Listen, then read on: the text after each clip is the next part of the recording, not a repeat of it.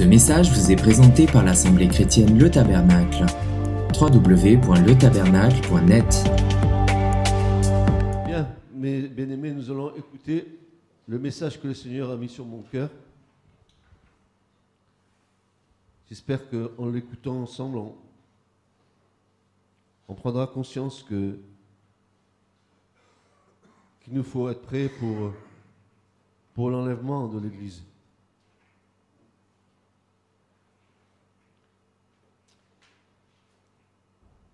Deux églises se côtoient dans cette fin des jours. Je vais m'expliquer. Celle de Philadelphie et celle de Laodicée, les deux dernières, et bien qu'elles aient vécu à des époques différentes, elles ont des similitudes avec ce que nous vivons aujourd'hui, et cela se reflète au travers des membres de l'Église dans notre génération. Donc, on va trouver dans notre génération des enfants de Dieu qui feront partie soit de l'église de Philadelphie, soit de l'église de Laodicée. Il y aura une espèce de mixage là-dedans, et où il y aura des membres de l'église du Seigneur qui ressembleront étrangement à ceux de Philadelphie et d'autres étrangement à ceux de Laodicée. Pouvons-nous faire une différence entre ces deux églises qui sont diamétralement opposées dans la façon de vivre et de concevoir leur foi? Est-ce que nous allons arriver à faire une différence entre ces deux églises qui apparemment, dans le contexte de ce qui a été écrit, sont totalement différentes? Est-ce que dans ces deux églises, il y a des points importants qui pourraient nous éclairer quant à notre marche? Et puis sans avoir la prétention d'en faire une systématique dans un enseignement, nous irons plutôt sur le terrain de la foi et de la sanctification. Je ne veux pas faire un enseignement, je veux aller sur le terrain de la foi et de la sanctification en regardant ces deux églises. Plusieurs points ont été retenus comme étant essentiels. Mais ces points ne sont pas limitatifs, puisque certainement nous pourrions en trouver d'autres. Mais ce que nous allons examiner maintenant déjà est une bonne mesure. Et ces points-là, que nous allons retrouver dans ces deux églises, c'est des points qui prônent l'abandon total au Seigneur, pour que notre participation soit effective à l'enlèvement de l'Église et que ce ne soit pas ni un leurre, ni une fausse attente. On va comparer ces deux églises. On va y prendre les points essentiels pour que, à la fin de ce que nous avons entendu, nous puissions dire: l'enlèvement va arriver. Je pense avoir, avec la grâce du Seigneur, fait ce qui était nécessaire de faire, selon la parole de Dieu, pour avoir espérance d'être enlevé. Alors nous allons examiner avec minutie tous ces points-là. Premièrement, et toujours ça commence par là, d'abord, ceux et celles qui triomphent du péché. Et tout particulièrement, ceux et celles qui ont accompli un abandon total et qui sont en communion avec le Christ vivant pour trouver en lui la victoire sur le péché. Il n'y a qu'en Christ que nous pouvons trouver la victoire sur notre péché. Paul va déclarer une chose qui est importante. Il va nous dire dans la deuxième aux Corinthiens, au chapitre 2, verset 14, il va faire une déclaration où il va dire aux Corinthiens: grâce soit rendue à Dieu qui nous fait toujours, écoutez bien, qui nous fait toujours triompher. Dieu n'est pas menteur. Qui nous fait toujours triompher en Christ. Et qui répand par nous en tout lieu l'odeur de sa connaissance. Ce qui ne signifie pas qu'il y ait absence totale de péché. Mais frères et sœurs, il y a une énorme différence entre le fait d'être lié au péché et le fait d'en triompher. Si tu veux triompher sur ton péché, alors il faut que tu triomphes avec Christ. Et si tu ne veux pas triompher sur tes péchés, tu resteras lié par tes péchés. C'est la différence fondamentale entre les chrétiens de Philadelphie et ceux de Laodicée. Les uns recherchent la sanctification et la consécration. Les autres, plutôt froids ou tièdes, recherchent l'apparence extérieure, tels des pharisiens du XXIe siècle. Ils ont des apparences de piété, mais en ont renié ce qui en fait la force, c'est-à-dire, ils ont renié l'expression d'une foi vivante qui procède d'un cœur pur.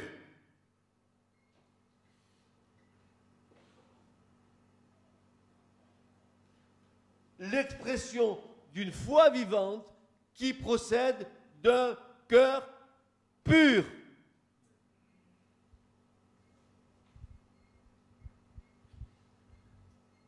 Alors, si tu ne t'approches pas de Dieu dans l'expression d'une foi vivante avec un cœur pur, il n'est pas question ici que tu puisses t'approcher de Dieu.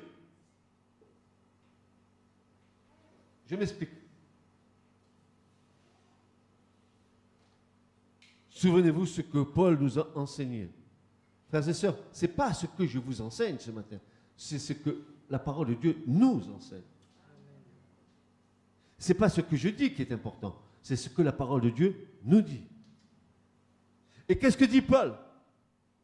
Paul, dans les Hébreux, il va nous dire ceci. Hébreux 10, verset 22. Pour ceux qui veulent être des Béréens et contrôler, vous pouvez. Hébreux 10, 22, il va dire ceci. Approchons-nous de Dieu. Comment? Avec un cœur vrai.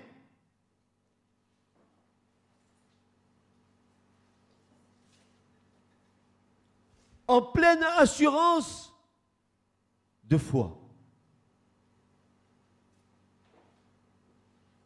Ayant les cœurs par aspersion purifiés d'une mauvaise conscience. C'est comme ça qu'il nous faut nous approcher de Dieu. Tu ne viens pas devant Dieu avec une mauvaise conscience.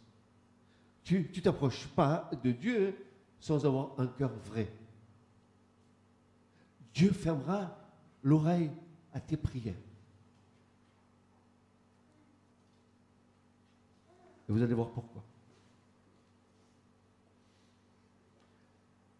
Seule position devant Dieu qui lui soit agréable quand nous nous présentons devant lui. Tu t'approches de Dieu avec un cœur vrai, pas tortueux. Parce que l'imagination des pensées du cœur de l'homme sont tortueuses dès sa jeunesse, va dire le livre de la Genèse au chapitre 6.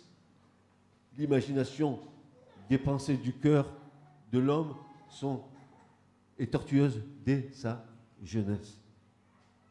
Et Paul nous dit, mais pour vous approcher de Dieu, ce n'est pas parce que tu dis Jésus que tu t'approches de Dieu. Mais je rêve, non? Ce n'est pas parce que tu dis au nom de Jésus que Dieu va ouvrir son oreille. C'est parce que tu vas t'approcher au nom de Jésus, mais avec un cœur vrai. en pleine assurance de la foi, avec une conscience qui ne t'accuse pas. Je rêve, on a tout, on a tordu la parole, on lui a fait dire à la parole ce qu'on voulait lui faire dire. J'ai honte. J'arrive à la fin de ma vie pour avoir honte. Tellement que je vois le cœur tortueux. Je me mets dedans. Hein.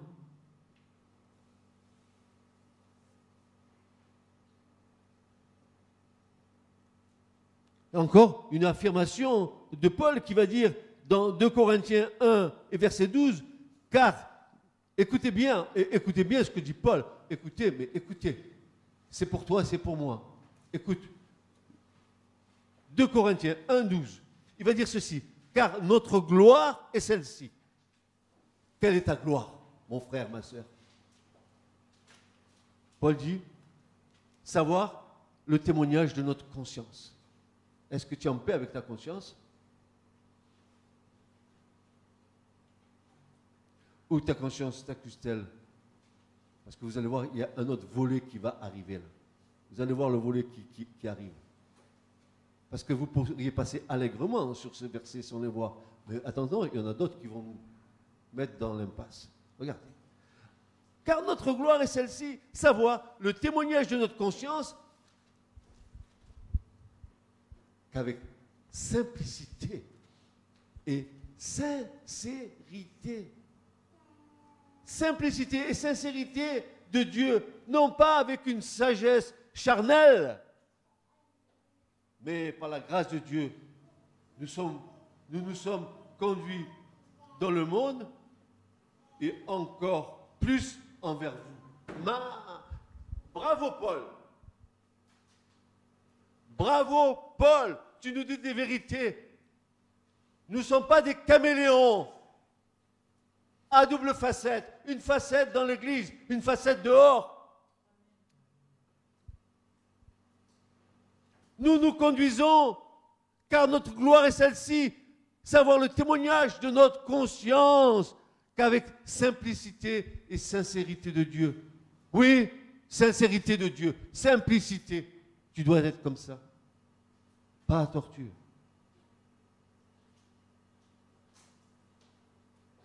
Et Paul dit, notre gloire est celle-ci. Ma gloire est celle-ci. C'est que le témoignage de ma conscience.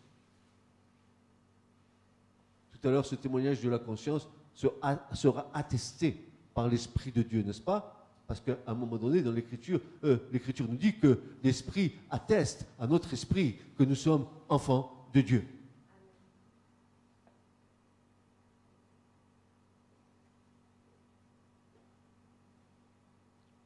D'abord, ceux et celles qui triomphent du péché.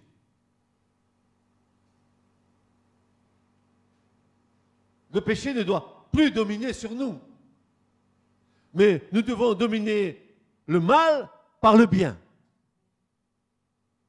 Ce n'est pas des vains mots que je dis. Comprenez bien. Ce ne sont pas des vains mots. Vous écoutez très bien. Mais ne faites pas qu'écouter. Prêtez attention à ce qui est dit.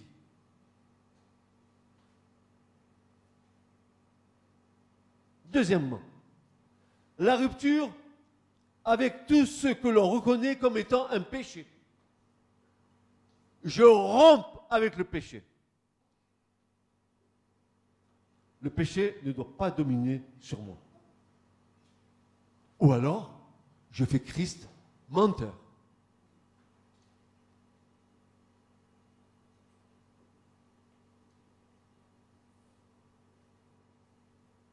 La rupture avec tout ce que l'on reconnaît comme étant un péché, c'est surtout l'habitude du mensonge ou des demi-vérités qui provoquent confusion chez ceux et celles qui écoutent sans discerner d'où en vient l'origine. Souvenons-nous, qui est le père du mensonge? C'est qui? Eux, vous le direz, Satan, Satan, Satan, en chantant. Nous avons même peur de dire ce que nous avons à dire. Qui est le père du mensonge? Ok, c'est bien.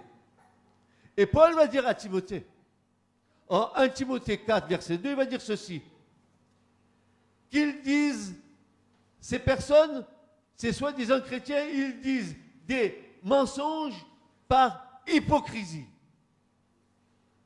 Le mot hypocrite est lourd de sens ici. Ils disent qu'ils disent des mensonges par dissimulation. Ils dissimulent. Ce sont des comédiens. Ils jouent la comédie. Et tu te fais prendre.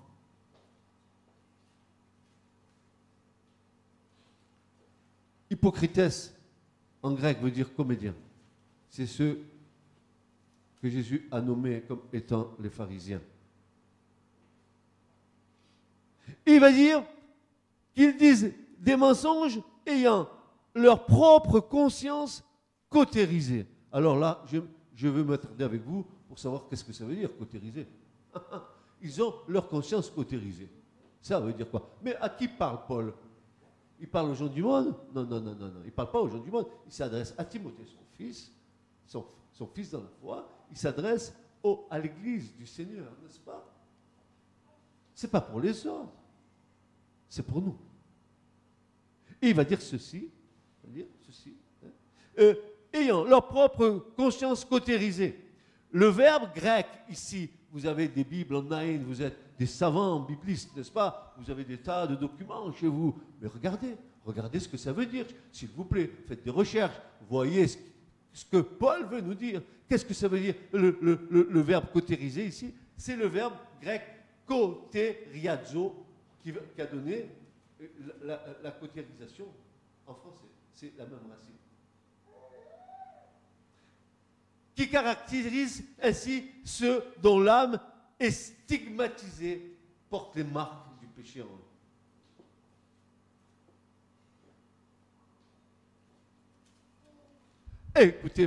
Écoutez-moi bien ce matin. Je veux être droit avec vous. Moi, ce que je sais, c'est que Jésus, par la bouche de Jean, a dit, si nous confessons nos péchés, il est fidèle et juste pour nous les pardonner. Et pourquoi faire d'autre? Pour nous purifier de toute iniquité. La répétition du péché, il y a besoin d'une purification. Amen. Oh, il y en a marre avec ça. Il y en a marre avec ça.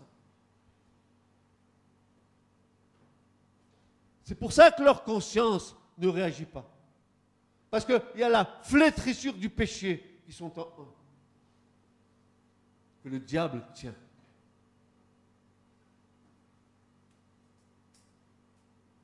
C'est-à-dire des insensibilités. Ces personnes-là sont insensibilisées, à la moindre injonction du Saint-Esprit. C'est tout simplement l'endurcissement du cœur, car le cœur est sclérosé. Le cœur est dur. La confusion engendre le doute. Et le doute est le poison le plus violent de la foi.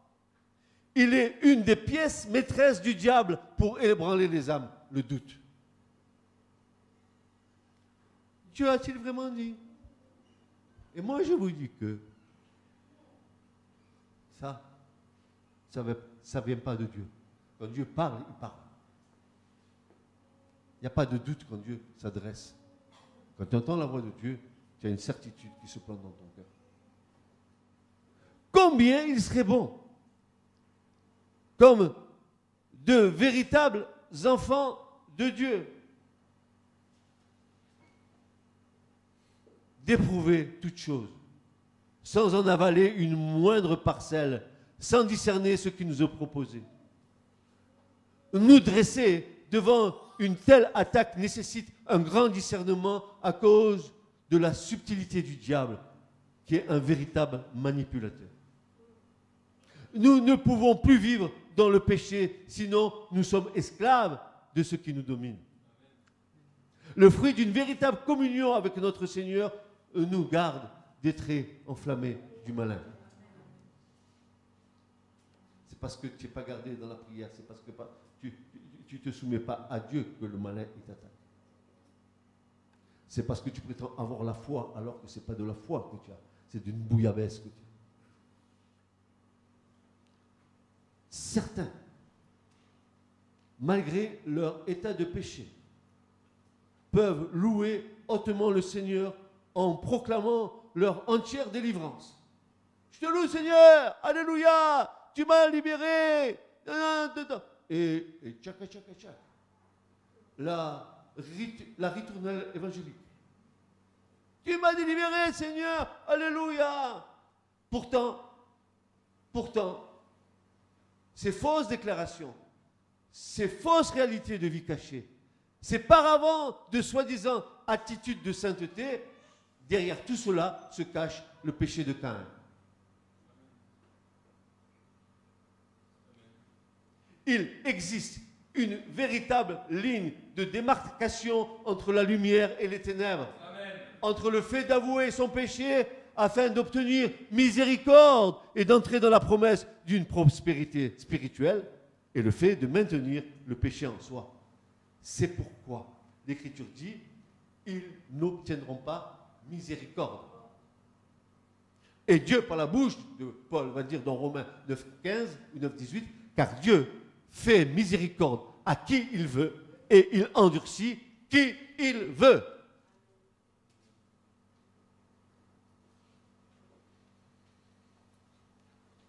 Un cœur endurci, c'est une conscience cautérisée qui te laisse plus de choix que de jouer la comédie.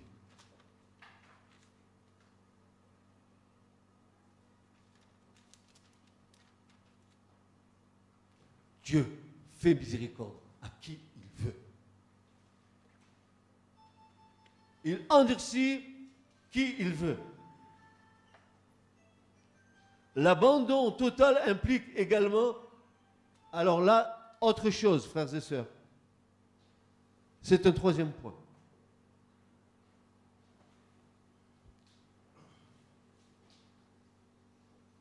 L'abandon total implique également la restitution des biens volés ou détournés. Et sous ce rapport, il y a deux sortes de chrétiens. Ceux qui mettent de l'ordre dans leur vie passée pour être agréables à Dieu et qui restituent les biens détournés ou volés. Et là, bien sûr, seule une conviction du Saint-Esprit ayant le pouvoir d'agir sur nos consciences peut nous amener à cet état de fait. C'est-à-dire être touché au fin fond de nos âmes en réaction à l'état de péché. La parole animée du Saint-Esprit a seul ce pouvoir. Si vous n'avez pas entendu, je répète, ceux qui mettent de l'ordre dans leur vie passée pour être agréables à Dieu et qui restituent les biens détournés ou volés. Et là, bien sûr, seule une conviction du Saint-Esprit ayant le pouvoir d'agir sur nos consciences peuvent nous amener à cet état de fait. C'est-à-dire être touchés au fin fond de nos âmes en réaction à l'état de péché. La parole animée du Saint-Esprit a seul ce pouvoir. Deuxièmement, ceux qui n'en voient pas la nécessité, car dans leur cas, leur conscience est cautérisée, car il est évident qu'ils ne sont pas sous la discipline du Saint-Esprit. N'est-ce pas le Saint-Esprit qui nous convainc de pécher? Amen. Comment pourrions-nous rester insensibles à cet appel à la sainteté? Comme dit Paul à Timothée, dans 1 Timothée 1,19, il va dire « Cette conscience, quelques-uns l'ont perdue. Ils ont fait naufrage par rapport à la foi. »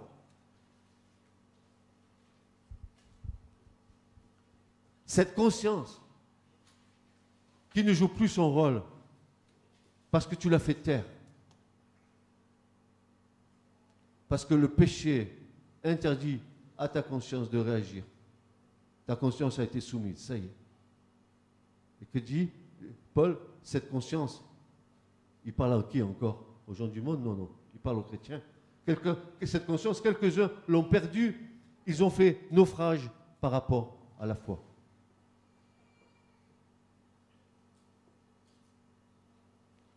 D'ailleurs, frères et sœurs, excusez-moi de vous dire, mais c'est ce que j'ai pu voir depuis de longues années, c'est que ce type de personnage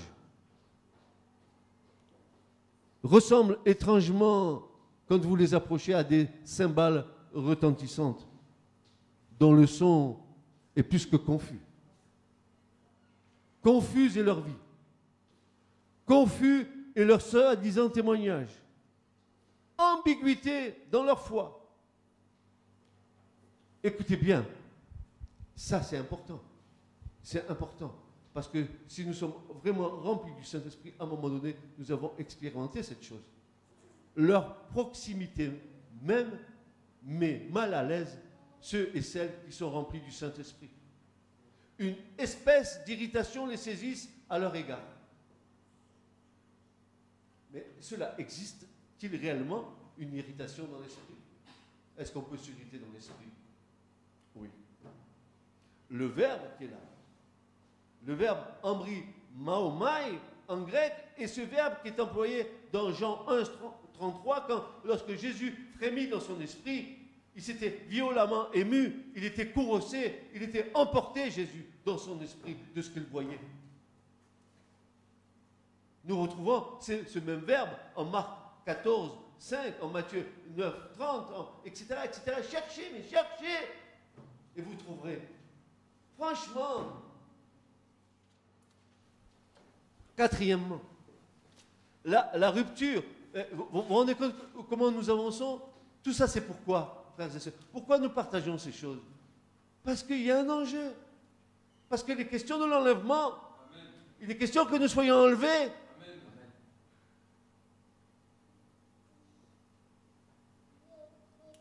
La rupture avec la désobéissance au commandement du Seigneur. À cet égard, les deux églises citées plus haut rassemblent en leur sein ces deux types de personnages. Jésus nous dit à juste raison, si vous m'aimez, gardez mes commandements. Pourquoi tu ne gardes pas les commandements? Vous voulez que je vous rappelle les 10 commandements? Est-ce que tu aimes Dieu pour garder ses commandements? Vous voulez que je vous rappelle les 10 commandements? Vous les connaissez? Est-ce que vous les connaissez? Dites-moi oui ou non, sinon je vous les lis. Vous les connaissez tous? Alors, pourquoi nous les transgressons tous?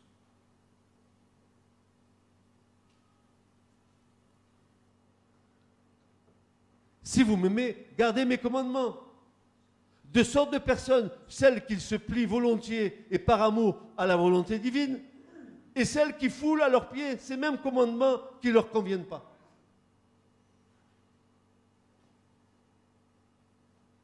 Souvenons-nous des paroles même de Jésus à l'église de Philadelphie. Tu as gardé le commandement de persévérer que je t'ai donné. Ah, église, tu as gardé le commandement. Alors en retour, parce que tu aimes le Christ et tu gardes ses commandements, en retour, il y a la protection divine. Qu'est-ce que Jésus leur dit? Hein? C'est pourquoi, à mon tour, parce que toi tu as gardé les commandements, moi je te garderai. C'est pas beau ça? C'est pas beau, c'est plus que magnifique. Et de quoi il va nous garder? Je te garderai hors de l'heure de la séduction. C'est pas ce que disent les textes, regardez, les textes disent je te garderai de l'heure de la séduction. Mais le texte original ne dit pas ça. Jésus dit je te garderai hors de. Il nous mettra à part au moment où cela arrivera. Pourquoi? Parce que tu as gardé. Tu as gardé mon commandement. Alors nous avons la promesse de Jésus qui ne saurait mentir. Moi aussi je te garderai. À l'heure, quel moment? Mais quel moment? À l'heure de l'épreuve qui va venir sur le monde entier pour éprouver tous les habitants de la terre.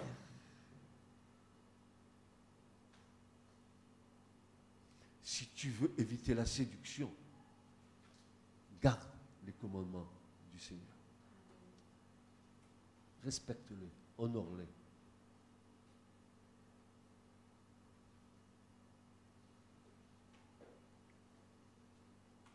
Et pour ceux qui aiment l'Écriture, je recommande à votre lecture studieuse Matthieu 5, verset 18 et suivant. Matthieu 18 et suivant, il y en a plein de versets. Plein. Si vous gardez mes commandements, vous lisez, vous allez voir ce que Jésus va dire. Ce serait trop long à lire. Matthieu 5, verset 18 et suivant. Matthieu 18 et suivant. Tout, il y a des chapitres entiers. Cinquièmement, l'abandon total implique, et là encore, vous allez voir, je vais voir encore des lunettes qui vont avancer et des cheveux qui vont se dresser. L'abandon total implique l'offrande de notre profession, de notre temps et de notre famille. L'offrande de ma profession. Elle ne t'appartient pas, ta profession, c'est Dieu qui te l'a donnée. L'offrande de quoi? De ton temps. N'est-ce pas? Regarde. L'offrande de ton temps. L'offrande de ta famille. Famille.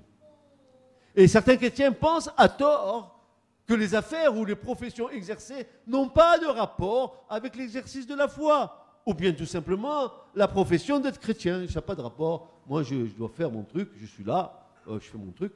Et surtout, il ne faut pas que je dise que je suis chrétien. Ça serait mal vu. Hein. Tu serais une bête bizarre de dire que tu es un chrétien au milieu du monde. Tu ne veux pas souffrir, n'est-ce pas?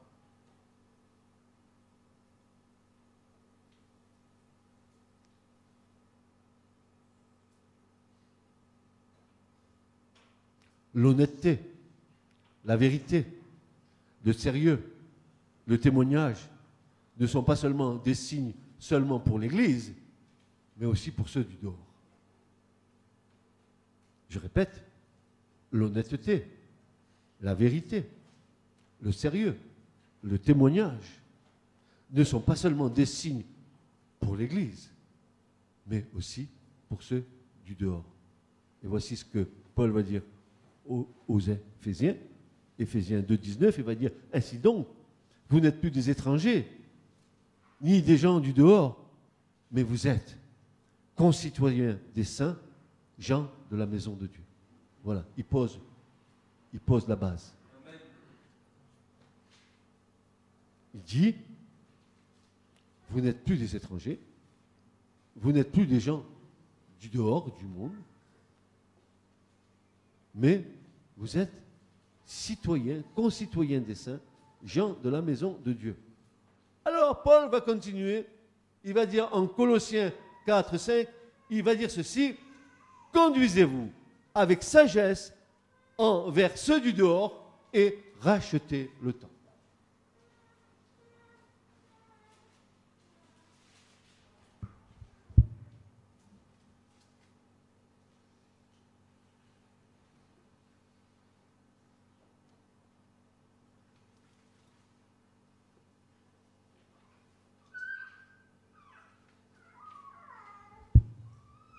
Et en 1 Thessaloniciens 4,12, il va dire ceci, concernant les enfants de Dieu, les chrétiens, en sorte que vous vous conduisiez honnêtement envers ceux du dehors et que vous n'ayez besoin de personne.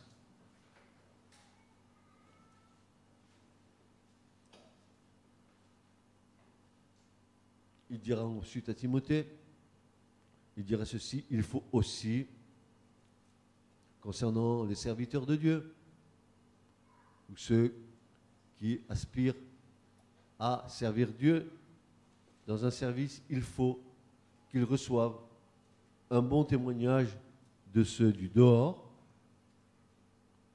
Et la question est la suivante, comment es-tu perçu dans ton milieu de travail? Ce serait intéressant de savoir. n'est-ce pas? Afin de ne pas tomber dans l'opprobre et dans les pièges du diable, à nouveau.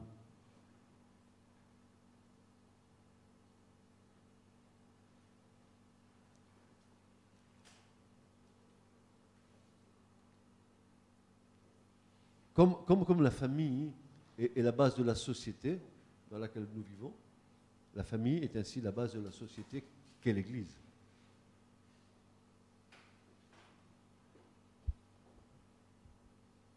Mais une famille qui est dans le monde n'est pas une famille qui appartient au Seigneur.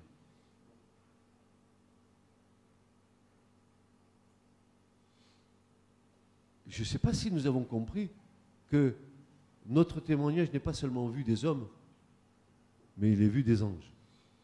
Nous croyons que nous pouvons nous affranchir de ça. Et le psalmiste dit, mais si je me cache, si je fais au fond de la mer, ou au fond d'une grotte, ou je vais là-bas, qu'est-ce que tu fais? Tu me vois. Et toi, tu fais les choses et tu crois que Dieu ne te voit pas. Tu fais ton micmac, tu fais tes trucs, tes machins, ni vu ni connu. Turlututu. C'est moi. Je trompe tout le monde. Mais tu ne trompes pas Dieu. Moi, je crois qu'il y a le livre de la vie. Je crois que les anges, c'est des bons écrivains. Tout est noté, hein. Parce qu'il faudra qu'à un moment donné, les livres soient ouverts. Je ne crois pas qu'ils vont oublier quelque chose. Hein. Ils sont tellement précis, les anges. Ils doivent transmettre véritablement les paroles de Dieu.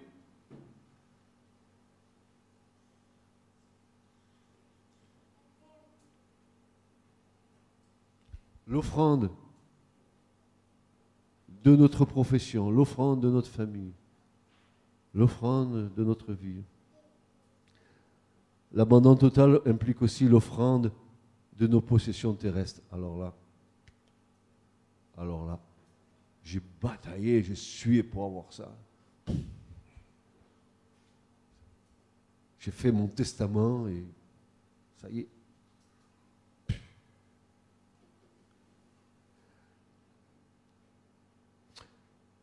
L'abandon total implique l'offrande de nos possessions terrestres à Dieu, qui en fait, on est le possesseur légitime, vu que c'est lui seul, qui nous a simplement bénis. C'est ton travail. C'est parce que tu travailles que tu gagnes un salaire, mais si tu as une intelligence, c'est Dieu qui te l'a donné. De quoi qu'est-ce que tu vas revendiquer?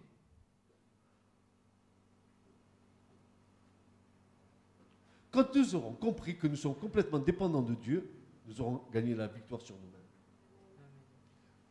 Quand le moi ne viendra plus mettre son grain de sel dedans,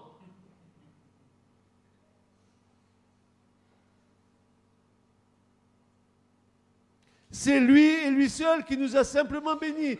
Ce n'est pas à nous, mais à Dieu de décider de l'usage que nous devons en faire. Pas aller en enfer. Enfer. Qu'est-ce que nous allons faire avec ces biens? Nous sommes les administrateurs des choses que Dieu nous a confiées. Amen. Car le Seigneur déclare par la bouche du prophète Agé, à moi, l'or et l'argent m'appartiennent. C'est bien ce qu'il dit le Seigneur. Tout ça est à lui. Et d'ailleurs, il y en avait un qui ne s'était pas trompé. Hein. Vous connaissez notre brave frère David, hein, le roi David, qui va dire tout ce que nous avons, c'est toi qui nous as donné. Et qu'est-ce que nous faisons que de redonner ce que tu nous as donné?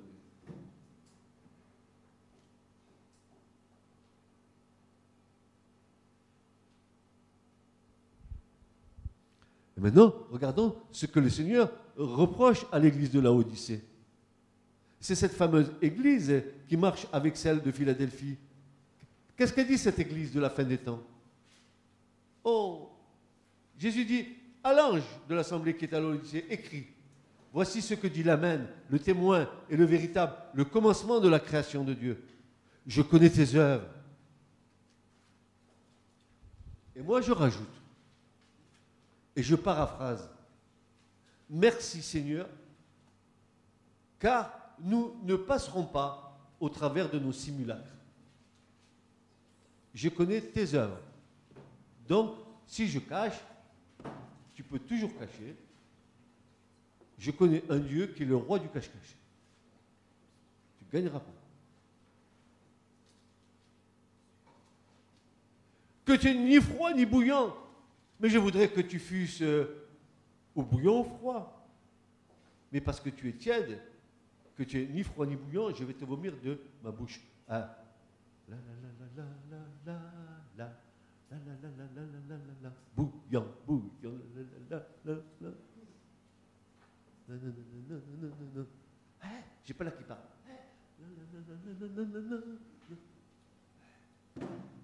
Quelle joie ils ont. Vous avez vu comme on est triste, nous les chrétiens, on dirait qu'on nous a bouffé le casse-croûte du matin.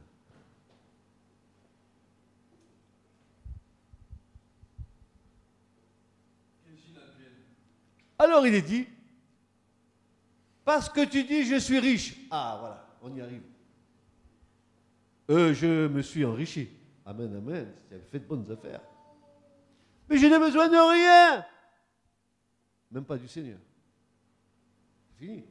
Je suis autosuffisant. Le Seigneur, c'est accessoire. Quand j'en ai besoin, je m'adresse à lui. Un petit problème? Allô? Un SMS. Tu peux me régler cette affaire, s'il te plaît? Je n'ai besoin de rien que tu ne connais pas, que toi tu es le malheureux, le misérable, le pauvre, l'aveugle et le nu. Moi, je te conseille d'acheter de moi de l'or passé au feu afin que tu deviennes riche. Ah, mais il faut passer au feu. Et des vêtements blancs afin que tu sois vêtu et que la honte de ta nudité ne paraisse pas un collier pour loin de tes yeux. Allez, arrête. C'est pas la peine d'aller à Optique 2000 si tu n'es pas capable de voir plus loin le bout de ton nez. Franchement, regardez ce qu'il est dit là. Moi, je reprends et je châtie. Ah. Oui. Dieu va châtier. Par quel moyen? Ben, le verbe là, il est très, très, très précis. Dieu dit oui, je vais te châtier par le moyen d'affliction, de maux et de calamités. Peut-être que tu vas passer par la tribulation. Ah oui, peut-être. Car moi, je châtie tout ce que j'aime. C'est ton salut. Laisse-le te châtier. C'est pour te sauver. Tout ce que j'aime, va-t-il dire. Et donc du zèle et réponds-toi.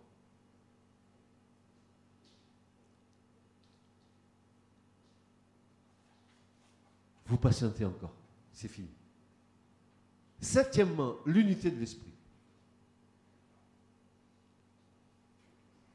Pas une unité physique ou de circonstances, résultat de la bonne volonté humaine ou des projets des hommes, mais véritablement l'unité de l'esprit par le lien de quoi? De la paix. L'unité de l'esprit par le lien de la paix. L'unité de l'esprit engendre la paix et non pas la guerre. L'unité de l'esprit engendre la paix et non pas la guerre. Pourquoi? Parce que ce témoignage de guerre serait contraire à celui qui nous accorde avec abondance son esprit, lui qui est le prince de paix. On ferait Dieu menteur. Nous ne pouvons pas témoigner de notre santé spirituelle si nous ne sommes pas en paix. Seul l'Esprit rend témoignage à notre esprit que nous sommes véritablement enfants de Dieu. En ce sens, c'est tellement apaisant pour ceux et celles qui le vivent réellement. Et Paul va dire, ah Paul, merci Paul. Merci d'avoir, dans l'éternité, pensé à faire un Paul comme tu as fait, Père. Merci, merci, parce que voilà ce que dit Paul, mais je loue Dieu, je bénis Dieu. Pourquoi? Regardez ce que Paul dit. Je dis la vérité en Christ, je ne mens pas. Ma conscience m'en rend témoignage par le Saint-Esprit. Romains 9.1. Je ne mens pas. Ma conscience, je dis la vérité en Christ. Ma conscience m'en rend témoignage par le Saint-Esprit. Et le psalmiste qui va déclarer ceci dans le psaume 16, verset 9, il va dire « Ainsi, mon cœur est dans la joie, mon esprit dans l'allégresse. Et mon corps repose en sécurité. » Joie dans le cœur, esprit dans l'allégresse, tiens en paix.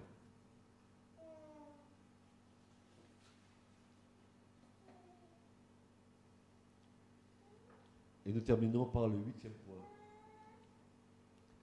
Ce désir ardent de la pluie de la dernière saison. Ce feu qui ne s'éteint jamais et qui bouillonne en nous. Nous devons l'alimenter aux sources divines. Ce feu a été allumé par Dieu lui-même et nous avons la responsabilité de l'entretenir. Nous connaissons tous, mais est-ce suffisant de connaître? Je pose la question. Les exercices spirituels que nous devons accomplir devant Dieu pour que cette flamme ne s'éteigne jamais. C'est le secret de la vraie vie. Alors, le prophète va élever sa voix. Il va crier au peuple en déclarant. Qu'est-ce qu'il va déclarer, ce brave prophète? Zacharie. Il va dire ceci. Demandez à l'Éternel de la pluie, au temps de la pluie de la dernière saison. Alors l'Éternel fera des éclairs, il leur donnera des ondes de pluie, et à chacun de l'herbe dans son champ. Et là, je me permets de faire une petite parenthèse, une toute petite exégèse rapide, juste pour que nous comprenions ce que le prophète veut dire là. Que veut dire le prophète là? Qu'est-ce qu'il veut nous dire? Demandez. Voici que le prophète nous sollicite dans la demande. Nous avons ici affaire à un verbe à l'impératif. Demandez. Il ne te laisse pas le choix. Demandez. C'est un impératif, sinon tu meurs. Demandez, dit-il. Demandez. Mais un verbe qui va au-delà d'une banale demande, comme si tout nous était dû. Non, le verbe sha'al en hébreu va au-delà d'une simple requête.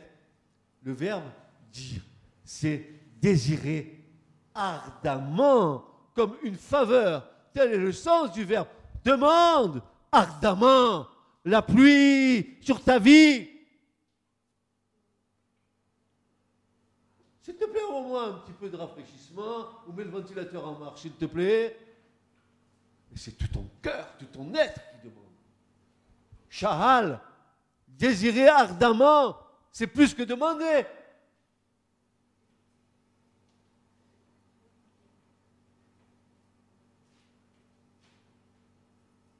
C'est David qui déclare dans le psaume 42, comme une biche soupir après des courants d'eau, ainsi mon âme soupir après toi, ô Dieu. Il est comme le frère là. Hein?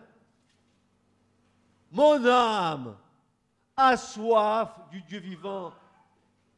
Et regardez bien ce que va dire David, juste à la fin de ce verset. Regardez bien pourquoi il dit ça. Pourquoi il dit à Dieu qu'il a envie d'être rassasié de son esprit. Quand irai-je et paraîtrai-je devant la face de Dieu? Qu'est-ce que veut dire David? Voici l'état d'esprit dans lequel nous devons nous présenter pour réclamer son rafraîchissement désirez ardemment. Désirez ardemment. Veuillez remarquer la pluie de la dernière saison. Il y aura une dernière pluie avant l'enlèvement, car ce sera une nécessité dans le contexte de la fin des jours. Avez-vous remarqué que David, comme le prophète, nous parle de la fin des temps? Quand irai-je et quand paraîtrai-je devant la face de Dieu? Ondée de pluie, à chacun de l'herbe dans son champ. En fait, la bonne interprétation de ce verset serait: l'Éternel donnera des ondées de pluie, ou bien encore une pluie abondante à chacun, ou plutôt le mot hébreu, c'est pas chacun, il va les dire ici à chaque homme dans son champ. Et la paraphrase se termine à chaque homme dans sa vie. À chaque homme dans sa vie, demandez à Dieu la pluie de la dernière saison. Voilà ce que dit le prophète. Est-ce que tu le désires? Franchement, est-ce que tu désires ça? Tu n'as pas envie de sortir de ta léthargie aiguë? On est comme des serpents qui hibernent. On vit au ralenti. Mais le feu de l'esprit, j'étais audacieux. Il n'avait pas de crainte. Il bouleversait le monde. Qui bouleverses-tu? Tu te bouleverses même pas toi-même quand tu es devant la parole. C'est tellement devenu une parole que tu lis par habitude qu'elle n'a plus aucun impact en toi. Désolé de vous parler comme ça, mes frères et sœurs. Désolé, mais je ne peux pas me taire. Pourquoi le prophète dit ça? Ondée de pluie, une pluie abondante sur chaque homme. Parce que le mot, c'est pas chacun, c'est le mot ish en hébreu, c'est homme. Oui, chacun, un homme, chacun, ça peut être un homme. Mais le mot, c'est ish, c'est homme. Dieu veut, il désire que nous demandons cette pluie sur nos vies. Pourquoi? Pourquoi? Parce que le temps vient. Que si nous devons résister à ce qui va se passer, il faut que nous soyons remplis du Saint-Esprit pour avoir la direction divine. N'ayant nullement la prétention d'avoir épuisé le sujet, mais nous avons certainement approché plusieurs points essentiels qui débouchent. Tous ces points débouchent. Tout ce que nous venons de voir débouche sur l'obtention ou non du sceau. Du sceau qui caractérisera ceux et celles que Christ aura préparés pour son union spirituelle et notre enlèvement auprès de lui. Tous ces éléments-là, si nous les avons dans notre vie, le sceau de Dieu est sur nous, les anges nous ont scellés pour que nous puissions nous unir avec Christ en haut, dans les lieux célestes, et notre enlèvement auprès de lui. Et c'est pour cela que je vous dis ce matin, heureux êtes-vous si vous êtes ce serviteur ou cette servante qui attendait pendant la première veille, ou la deuxième, ou la troisième veille de la nuit, que le maître vienne. Heureux est le serviteur que le maître trouvera en train de l'attendre en servant. Il est dit que Jésus lui-même viendra, se ceindra de linge, et lui-même servira ses serviteurs. Et nous devons l'attendre. Nous devons l'attendre. Quelles que soient les circonstances de notre journée, de notre vie, des mois qui passent et qui s'écoulent. Frères et sœurs, ce matin, j'étais dans ma maison et puis tout d'un coup, le Seigneur me montre quelque chose. Il me dit, mais regarde, dis-leur.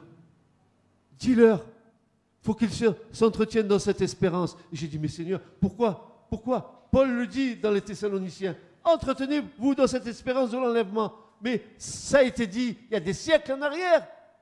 Il me dit, oui, ça a été dit il y a des siècles en arrière. Mais tous ceux qui se sont entretenus dans cette espérance ont transmis à la génération qui venait après la même espérance pour que eux, lorsqu'ils verront la chose arriver, disent ce que l'Éternel a dit est vrai. Et chaque génération qui traverse le temps doit porter ce message. Et Paul dit, mais entretenez-vous par cette espérance. C'est pour ça que nous parlons de l'enlèvement.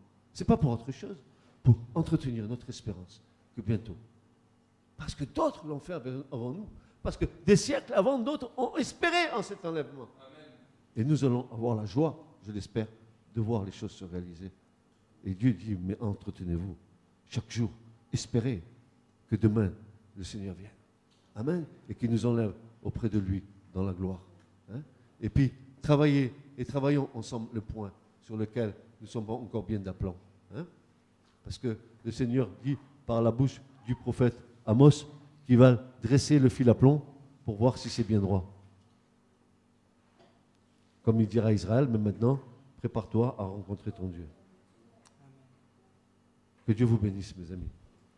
Et que la parole de Dieu ne reste pas sans effet en nous. Qu'elle accomplisse ce pourquoi elle a été annoncée. Ce message vous a été présenté par l'Assemblée chrétienne Le Tabernacle. www.letabernacle.net